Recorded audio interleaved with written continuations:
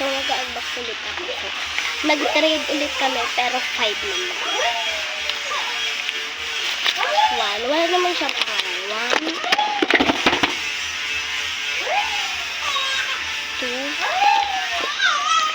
3, 4. Parang itong walang naman. 4, 5.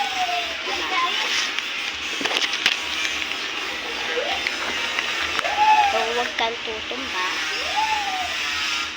Diba guys? Sabi sa inyo. Ginawan ko lang na lang. Look.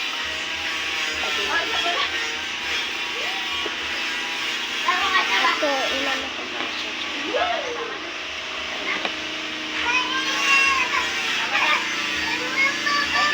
Bigla siyang lumiliwanag